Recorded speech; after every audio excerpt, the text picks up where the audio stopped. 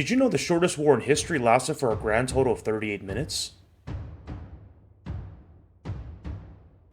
It begins with the signing of the Heligoland-Zanzibar Treaty between Britain and Germany in 1890. This treaty effectively drew up spheres of influence between the imperial powers in East Africa. Zanzibar was ceded to British influence, while Germany was given control over mainland Tanzania. With this newfound influence, Britain declared Zanzibar a protectorate of the British Empire and moved to install their own puppet sultan to look after the region.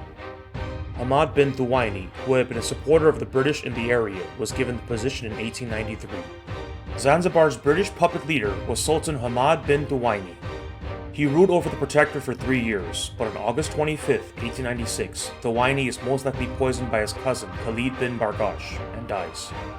It is assumed that Bargash was the killer, because a few hours after his cousin's death, he immediately moved into the palace and declared himself the new sultan.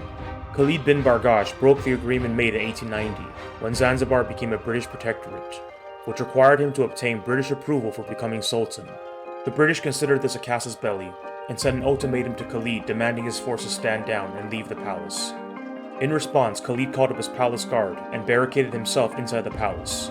Khalid had his palace secured with almost 3,000 men, several artillery guns, and even a modestly armed royal yacht in the nearby harbor. The ultimatum gave Khalid 2 days to remove himself from the palace. He refused. The British had 2 warships at the harbor and began landing troops.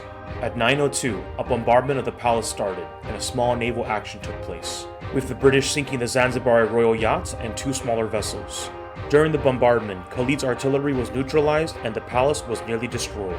The flag at the palace was shot down and the fire ceased. 500 of Khalid's men were killed and wounded, while the British only had 1 wounded.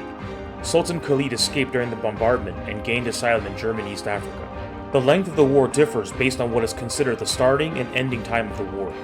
The generally accepted duration of the war is 38 minutes. Therefore, the Anglo-Zanzibar War is the shortest war in history.